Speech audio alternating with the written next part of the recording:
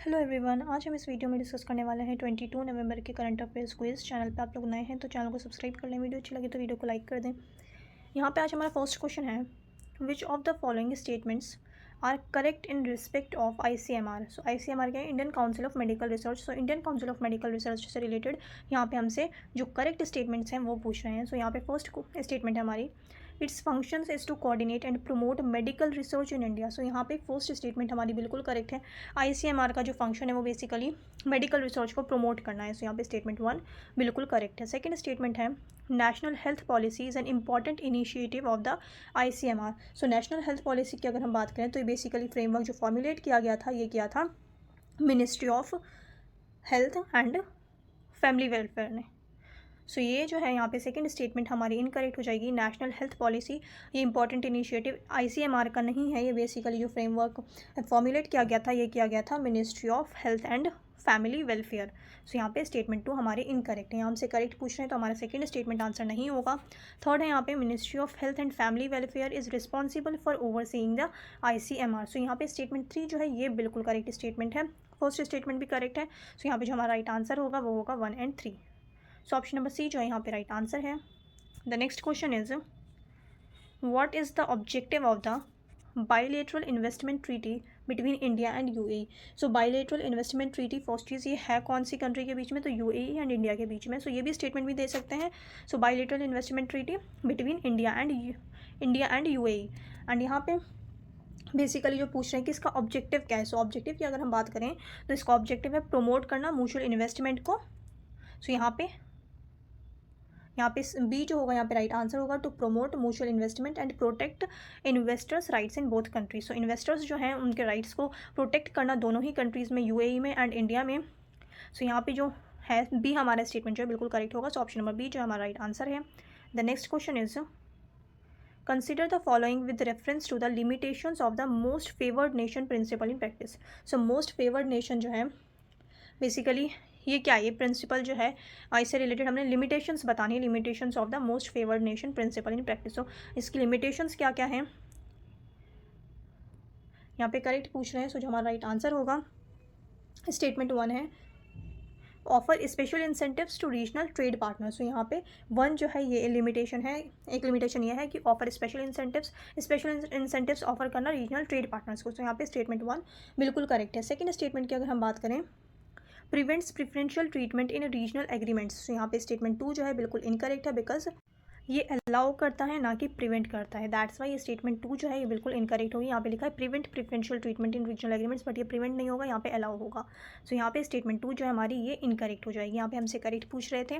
So statement 1 बिल्कुल correct है, statement 2 incorrect है। थर्ड स्टेटमेंट है, offering lower tariffs to specific country. So ये स्टेटमेंट बिल्कुल करेक्ट है कि कुछ कंट्रीज़ को बहुत लोअर टैरिफ रेट्स जो है वो ऑफर किए जाते हैं। सो यहाँ पे 1 and 3 जो है बिल्कुल करेक्ट स्टेटमेंट है। तो 2 ही हमारे पास स्टेटमेंट्स जो है वो करेक्ट है। आंसर होगा only 2। Option number B is the right answer. The next question is, which of the following organization published the emission gap report 2024। So emission gap report की अगर हम बात करें तो emission gap report कौन सी organisation जो है ये पब्लिश करती है? सो ये मैंने आपके साथ पहले भी डिस्कस किया था। यूनाइटेड नेशंस एनवायरनमेंट प्रोग्राम जो है इस रिपोर्ट को पब्लिश करती है, एमिशंस गैप रिपोर्ट को। सो यहाँ पे जो है हमारा राइट आंसर होगा वो होगा option number D. Option number D is the right answer, united nations environment programme.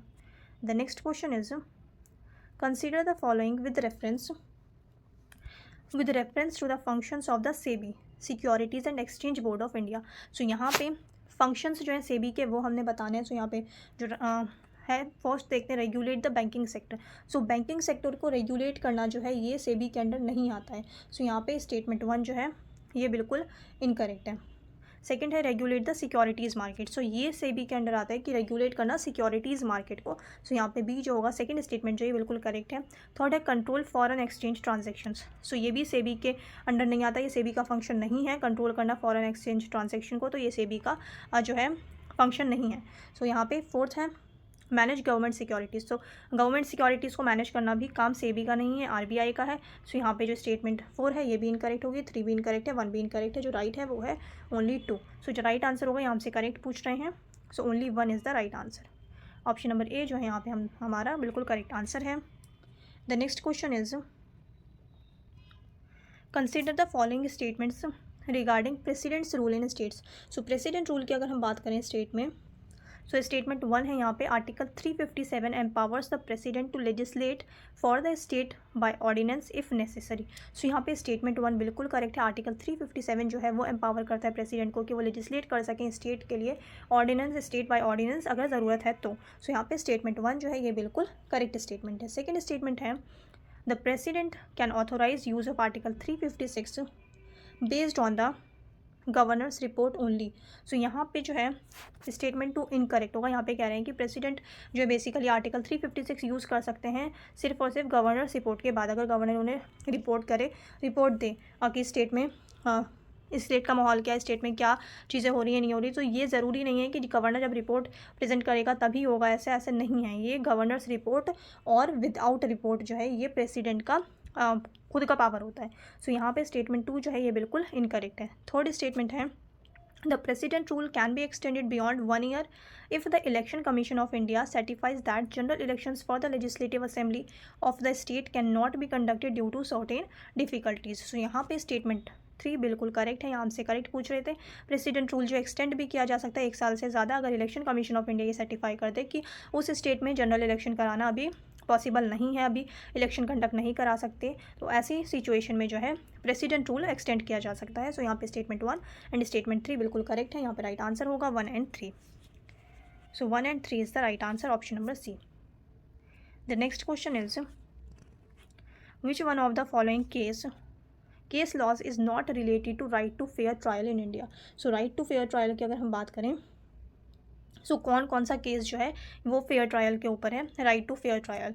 So Menaka Gandhi versus union of India 1978 case है, ये भी जो है अंडर ट्रायल्स के लिए था। सो यहाँ पे स्टेटमेंट 1 ये जो है बिल्कुल करेक्ट है कि ये केस जो है अंडर ट्रायल्स के लिए था। सो यहाँ पे ये आंसर नहीं होगा, हमसे पूछ रहे हैं जो नहीं है, कौन सा केस नहीं है। हुसैन आरा खातून वर्सेस स्टेट ऑफ बिहार 1979, ये भी जो है बेसिकली राइट्स के लिए था, पर्सनल लिबर्टी के लिए था, प्रिजनर्स की। सो यहाँ पे हमारा ये भी है, तो ये आंसर नहीं होगा। देन थर्ड है Olga Tellis versus Bombay municipal corporation 1985। So ये जो है बेसिकली ये केस ये रिलेट नहीं करता है राइट टू फेयर ट्रायल से, ये बेसिकली एसोसिएट करता है किससे, right to life under article 21।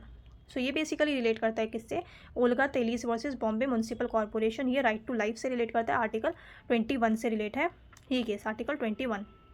ये फेयर ट्रायल के लिए नहीं है, दैट्स वाई आंसर जो होगा वो होगा ऑप्शन नंबर सी। हमसे पूछा था जो नहीं है केस कौन सा नहीं है right to fair trials. So यहाँ पे state of Maharashtra versus Prafulla Desai 2003, ये भी रिलेट करता है किसके लिए था, ये भी बेसिकली ये केस भी जो था वो अंडर ट्रायल्स के लिए था, उनके राइट्स के लिए था।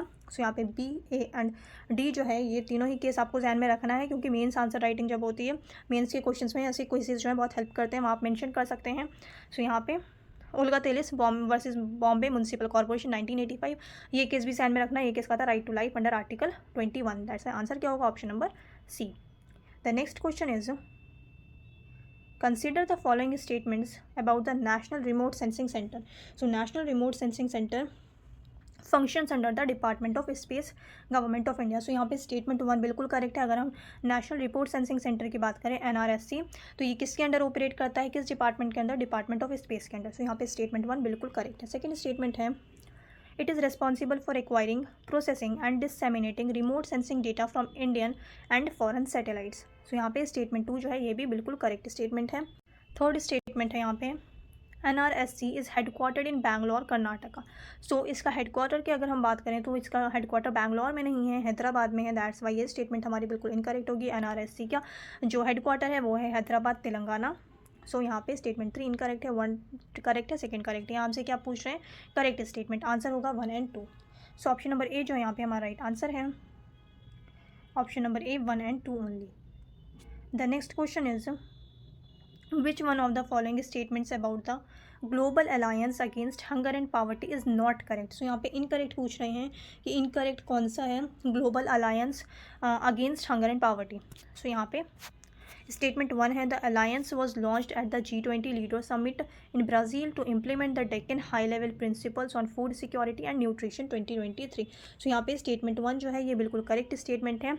ये अलायंस जो है बेसिकली लॉन्च हुआ था G20 लीडर समिट में, ब्राज़ील में हुआ था, ये भी आपको ध्यान में रखना है, to implement the Deccan high level principles on food security and nutrition 2023। So second statement है, it aims to eradicate hunger SDG 2। अच्छा, और यहाँ पे स्टेटमेंट 1 हमारा नहीं होगा आंसर, बिकॉज यहाँ हमसे नॉट करेक्ट पूछ रहे थे, दैट्स वाई आंसर जो होगा वो ए नहीं होगा। सेकंड स्टेटमेंट है यहाँ पे, it aims to eradicate hunger, poverty, reduce inequalities and support other interlinked SDGs। So यहाँ पे स्टेटमेंट बी जो है ये भी बिल्कुल करेक्ट है। Global alliance against hunger and poverty जो है उसका एक एम क्या है, इरेडिकेट करना हंगर को, और इरेडिकेट हंगर ये जो है हमारा सस्टेनेबल डेवलपमेंट गोल का गोल नंबर 2 है। पावर्टी इरेडिकेट करना ये जो है गोल नंबर 1 है। इनइक्वालिटीज़ रिड्यूस करना ये SDG 10 है। सो यहाँ पे बी जो होगा हमारा ये भी आंसर नहीं होगा, बिकॉज ये यहाँ पे हमसे नॉट करेक्ट पूछ रहे थे। सी है, the alliance mandates member countries to adopt a unified set of policies to combat hunger and poverty. So यहाँ पे ऑप्शन नंबर सी जो है ये बिल्कुल इनकरेक्ट है, दैट्स वाई हमारा जो आंसर होगा वो होगा option number C. Fourth statement है, it follows a structured governance framework and use a reference basket approach to guide country led action. So ये जो है बिल्कुल करेक्ट है स्टेटमेंट है, यहाँ पे हमसे इनकरेक्ट पूछ रहे थे, दैट्स वाई जो आंसर होगा हमारा वो होगा option number C. The right answer is option number सी।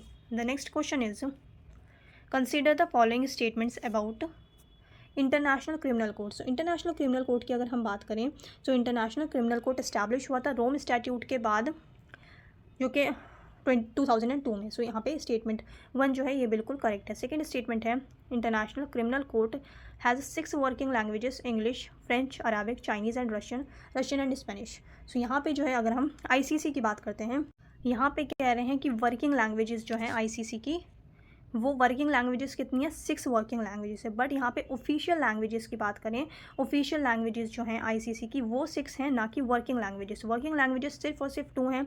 सो यहाँ पे वर्किंग लैंग्वेज की अगर हम बात करें, सो वर्किंग लैंग्वेज 6 नहीं है, वर्किंग लैंग्वेज 2 है। सो वर्किंग लैंग्वेज आपको इसीलिए बहुत ज़्यादा ध्यान से स्टेटमेंट्स पढ़नी, यहाँ पे लिखा है वर्किंग लैंग्वेज, ऑफिशियल लैंग्वेज लिखा होता तब ये स्टेटमेंट करेक्ट होती, बट यहाँ पे कह रहे हैं वर्किंग लैंग्वेज। ऑफिशियल लैंग्वेज तो 6 है, बिल्कुल करेक्ट है, बट ऑफिशियल लैंग्वेज जो है 6 है और वर्किंग लैंग्वेज 2 है। और वर्किंग लैंग्वेज कौन कौन सी है, एक है इंग्लिश एंड सेकेंड है French. So English and French जो है ये वर्किंग लैंग्वेज है। और मैं आपको यहाँ पे ट्रिक बता देती हूँ कि ये 6 कंट्रीज़ जो हैं ये आपको किसके थ्रू याद करनी है। एक ट्रिक है फ्रेस्का। सो जो इंटरनेशनल क्रिमिनल कोर्ट है इसकी 6 ऑफिशियल लैंग्वेज है, ये ऑफिशियल लैंग्वेज है, तो ये वर्ड याद कर लीजिए, आपको सारी लैंग्वेज याद हो जाएंगी। फ्रेस्का, फ्रेस्का क्या, F से फ्रेंच, R से रशियन, E से इंग्लिश, S से स्पेनिश, C से चाइनीज़ एंड A से अरेबिक। सो फ्रेस्का वर्ड से आप याद कर सकते हैं। आई होप ये ट्रिक आपके लिए यूज़फुल हो। सो मैंने तो ऐसे याद कर रखा है। तो यहाँ पे वर्किंग लैंग्वेज कह रहे थे 6 है, दैट्स वाई ये आंसर हमारा इनकरेक्ट होगा, ये स्टेटमेंट हमारी इनकरेक्ट होगी, बिकॉज वर्किंग लैंग्वेज जो है सिर्फ 2 है, ऑफिशियल लैंग्वेज 6 है, वर्किंग लैंग्वेज 2 है। इंग्लिश एंड फ्रेंच 2 ही वर्किंग लैंग्वेज है। थर्ड है यहाँ पे, the ICC detention centre is use to hold in safe, secure and humane custody those detained by the ICC। So यहाँ पे स्टेटमेंट 3 जो है ये बिल्कुल करेक्ट स्टेटमेंट है, यहाँ से करेक्ट पूछ रहे थे, आंसर होगा 1 और 3। सो ऑप्शन नंबर सी यहाँ पे हमारा राइट आंसर है। आई होप आप लोगों को क्वेश्चंस अच्छे लगे होंगे, आप लोगों ने अच्छे से प्रैक्टिस की होगी। चैनल पे आप लोग नए हैं तो चैनल को सब्सक्राइब कर लें, वीडियो अच्छी लगे तो वीडियो को लाइक कर दें। अब मिलते हैं नेक्स्ट वीडियो में।